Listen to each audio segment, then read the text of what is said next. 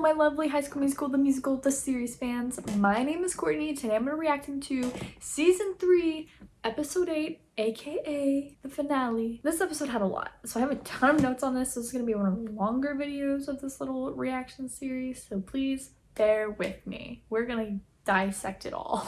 So first things first, it's Ricky's birthday. He turns 18, so everyone goes and wakes him up. And Big Red shows up with a cake for him. But Gina isn't there. And I was sort of like, where is she? And Ricky also pointed out, he's like, where's Gina? But like Gina's doing yoga. And Val comes over telling her something about the right person coming at the right time. Like after Gina kind of like explains her breakup with EJ. And then Ricky like shows up. They brought up camp nicknames. And so I was like, yes, we're finally gonna hear the camp nickname. But we didn't get them. And then little Emmy's being nervous for the show. And then like Miss Jen comes back and she inspires her, I guess. Little Emmy sings This Is Me, which was good. It was good, but I feel like a lot of people were more expecting of like it to be more of like a coming out song for Ashlyn, which honestly I wish I could have heard Julia Lester sing this, but oh my gosh, I'm so embarrassed. I don't know the actress's name, but she's famous for that you know that TikTok. She killed it. I just thought like all like the main cast being like background vocals was weird. It didn't fit well to me. I don't know, but it was still cute. It was a cute little number, right? Gaining your confidence, girly pop. And then Channing stays like this scary film bro. Like he's like, there are 10 cameras. We're gonna throw dynamite on stage. Like this is gonna be chaos. And EJ's like, all right, we'll give you chaos. And I was like, way to be a sellout, EJ. But then EJ tells his friends, he's like, no, we're not selling out. We are theater kids. Like that is so like cliche slash cringe slash I don't even know what, but pop off EJ. As Jen starts singing again. Why? Literally why? Amy shows up, but literally like what is her outfit? Oh yeah, and so she's talking to Miss Jen about stuff and Miss Jen's like, oh yeah, your mom's already told me about how you might be moving to LA. Like why were her moms texting her drama teacher who was on a cruise? Right? That's weird to me. Courtney is like my little anxiety queen. She's so nervous and Gina's there to support her. Such a sweetie pie. And Emmy's out here promoting therapy. She actually did a really great job of like capturing one of the ways that people might not be aware that their mental health is affecting like their way of life. Courtney freaking slays Let It Go. We were waiting for this all season. What a blessing. Like I am so glad we got to see Courtney in like both like Elsa dresses because they really did us dirty with Ashlyn and Belle. We never got to see her in a gold dress, but we saw Courtney in like the coronation gown and then like the ice castle queen dress thing. Gorgeous, stunning, stunning, stunning. But my boy Channing, oh my god, I can't stand film bros. And Channing, like, he just creates so much PTSD from film school for me. The thing that really got me was like, he said it was live streaming through Disney Plus, but it was actually through his Instagram account. And his Instagram account is literally a film by Channing. And it had like 54,000 views. And the live stream comments were so funny with like all these excessive emojis. There was like not one live stream comment that didn't have like at least 2 emojis. I swear. It was throwing me. I was laughing. But meanwhile my girl's Courtney is like freaking out on stage. But everyone puts on their little flashlights. Flashback to season 1-ish. And she slays. She really does. And my girl Gina goes and turns the lights back on. And Mimi's being a supportive bestie. So sweet. She like sets up this whole balloon cute little memory thing. Gives everyone like their opening night cards. And yeah, it was really cute.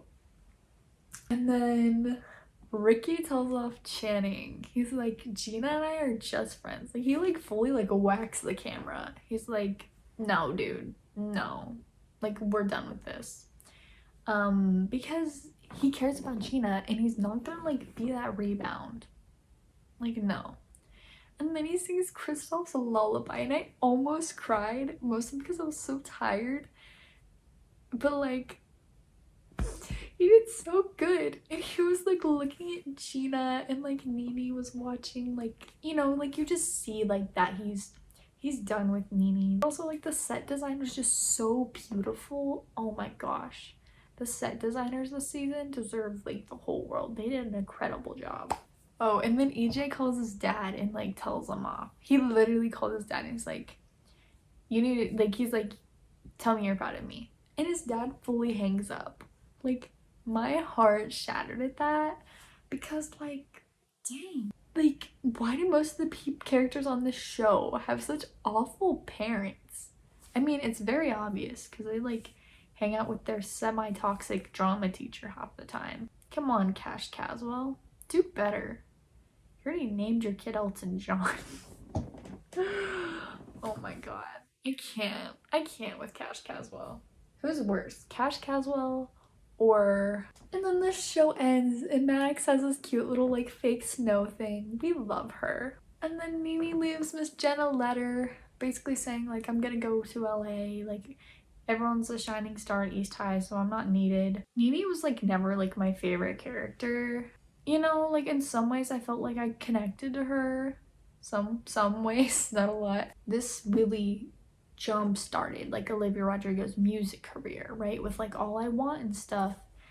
And it's just like so beautiful to see. Like, it's so beautiful yet so sad to see that come to an end. And the whole Livy's HQ edit, like, I was on the floor, like, bye Nene, like, ah! And then Corbin comes in. He full out like fires Channing. But somehow Channing has like the final cut. I'm so confused. I don't know how this production was working, but I was laughing because he was like, Jennifer, and like he was like, you were our favorite extra. Then the castings every day with Corbin. My whole heart. There's like a mini like Rena duet in there and just, oh, it's so beautiful. They have these cute little s'mores and sparkler scenes. Just, oh, such a finale. I love the romanticization of Camp Shallow Lake. Oh, and then Ricky does get Nene's card and has a lottery ticket in it. So he like finishes his little bucket list thing, which was like, oh, that was so sweet of her. And then all of a sudden it's like 1 month later and I was like, what the heck? So they have this whole premiere like a month later, which also doesn't make sense to me. How did they like go from like production to like, okay, we're having a premiere like a whole month later?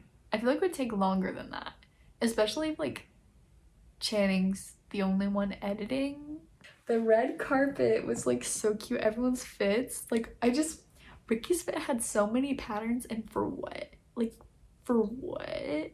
Ashlyn and Carlos's fits totally slayed. Like, they're definitely like the fashion icons that everyone would be like debating about whether they look super cute or super weird after. And then Ricky did like a little Disney Channel wand ID. He's like, I'm Ricky Bone and you're watching Disney Plus. That made my heart so full. Like, I don't even know why. Like, it just made me so happy. And then they're all forced to watch the trailer before, like, everyone gets the premiere, I guess. It was weird. But, it looked like a low budget, early 2000s reality show. It was so cringe, but it made me laugh so hard. Cause, oh my god, I can't. It was so bizarre. Like, I knew it was gonna be like this cliche, like not totally edited, because it was totally edited version of everything they said, and they're all like, oh. But there were a few people who got exposed, like for real. Maddox got exposed for having a crush on Ashlyn. Yeah, it was Big Red, like, he wasn't at camp at all, so I don't understand why he was in the trailer, but I guess for like character development he was. Like, hi, I'm Big Red and I'm Ashlyn's boyfriend and I'm bi. Like, it was such a random thing to throw in, but I guess they had to throw it in for the plot. And then there's a little bit of arena setup in the trailer. I'm not even gonna lie, like, oop. And then EJ was like telling Ricky like he would fake slap him, but he's his brother. So like a lot of the people who were like very concerned about like this show promoting violence and splitting them apart, I feel like that sort of like diverted that energy that people were getting. Probably not fully. EJ walks away, and so the only two people are left are Ricky and Gina. And Ricky fully is like, he wants to stop the documentary from happening. Which also I thought was weird that they didn't actually like throw his confessional that he gave to Carlos in the trailer, because like that was like one of the building points all season. Is like he confessed this in, well, I guess not all season, since episode 5. Where he's like admits that he likes Gina, so I thought that was gonna be in the trailer, and it wasn't, but it was like a theme in the trailer. Gina, like, she starts pulling a season 2 flashback to season 1 deal again. And Gina, she always says like she likes to know where she stands with people, and so she fully tells Ricky that like she's like fully in love with him. And she's like, once again, she's like, I'm just gonna walk away with my head held high unless you stop me. And then Ricky's like, wait. And then he fully kisses her, and I'm like, what? Rena's endgame. Rena's endgame. Like, for real. It's not delusion this time. And Ricky was like, don't get me started. And like, I can't. Like, honestly, I'm not even gonna lie. I was expecting more of like a cliffhanger-y like thing, but not as like cringy as season 2, where like Portwell was literally sprinting at each other. Like something more classy, more of a classy cliffhanger that's like they're definitely endgame, but I don't know how. I think honestly feel like they just threw it in because they're like, okay, the Renas have waited like 3 years, so we'll give them this. But like fully, guys, fully, please don't use the if Nene was still gonna be a recurring character, they wouldn't be, Brina wouldn't have been a thing. But like Tim said himself, this has been the plan since the homecoming episode. Yeah. And so what I'm excited, I don't even know what I'm excited for next season. Like there's just so much. I think season 3 might be better than season 1. Season 1 did have like season 1 had some like better songs, but season 3 is where it's at. I am so sorry. That was the best last episode of this whole flipping series, and they fit the play in one episode. And both other seasons they split it in 2, but this one they just had it in 1. And I feel like we got a lot more like show content. It's been a great ride. It's been a great 2 months of watching this, and I'm gonna be really sad come Wednesday and I don't have a new episode, so I'm gonna have to get a new hobby. That's all for today. So thank you so much for watching. If you enjoyed hearing me ramble, give this video a thumbs up.